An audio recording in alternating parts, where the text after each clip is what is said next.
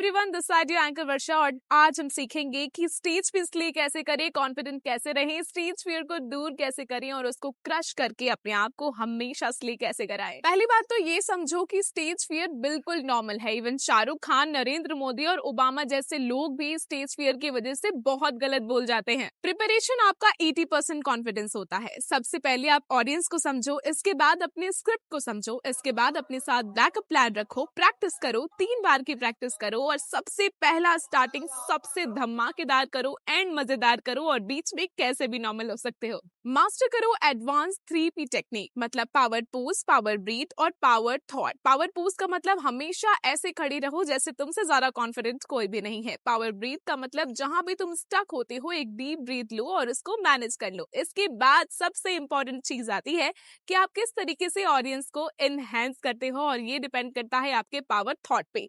हमेशा समझो कि आप इस ऑडियंस को और खूबसूरत बनाने के लिए आए हो, महफिल सजाने के लिए आए हो और लोग भी चाहते हैं कि आप पॉजिटिव वाइब्रेशंस दो और ये आपकी बहुत मदद करेगा। First impression is the last impression, तो अपने आप को कभी फ्लैट मत रखना। Start with questions, puzzles, riddles, story और बहुत सारा धमाका, बहुत सारी एनर्जी, बिकॉज आपकी जितनी एनर्जी होगी ऑडियंस उतना ही अट्रैक्ट होंगे। सबसे बड़ी प्रॉब्लम बोलते बोलते माइंड का ब्लैंक हो जाना। इसमें आपको करना ये है कि थोड़ा सा पॉज लेके एक रीसेट फ्रेज रखना है अपने माइंड में, जैसे कि let me start from the point 1। इससे लोगों का ध्यान उस पॉइंट पे वापस जाता है और आपके पास बोलने के लिए बातें हो जाती हैं। वॉइस अगर शेक हो रही है तो थोड़ा स्लो बोलो, धीरे धीरे बोलोगे तो दिमाग वर्ड्स को कलेक्ट कर पाएगा और आपकी वॉइस शेक नहीं होगी। हार्ट बीट फास्ट हो रही है तो सबसे अच्छी ट्रिक है अपने हाथ को ऐसे दबाओ और एक फ्रेंडली फेस को अपने सामने देखो। सारी ऑडियंस से इंटरेक्ट करने की जरूरत नहीं है। And last but not the least, अगर तुम्हें लगता है कि ऑडियंस बोर हो रही है तो हूटिंग करा दो, चीयर अप करा दो और कुछ सवाल पूछ दो जिससे सारे एंगेज हो जाए। For an anchor body language is must. आपकी हैंड, पोस्चर, जेस्चर सब ओपन होने चाहिए, आई कॉन्टेक्ट होना चाहिए हर ऑडियंस के साथ और इसी के साथ आपकी आवाज में वो बुलंदी होनी चाहिए और स्माइल इज वेरी मस्ट। अपने मिस्टेक्स को मैजिक में कन्वर्ट करो, यानी अपनी चैलेंजेस को अपॉर्चुनिटी में कन्वर्ट करो। और वो कैसे करोगे? फॉर एग्जांपल, स्लाइड्स चलना बंद हो गई तो आपको बोलना है पार्टी इतनी भयंकर होने वाली है कि टेक्नोलॉजी भी हमारा साथ नहीं दे रही।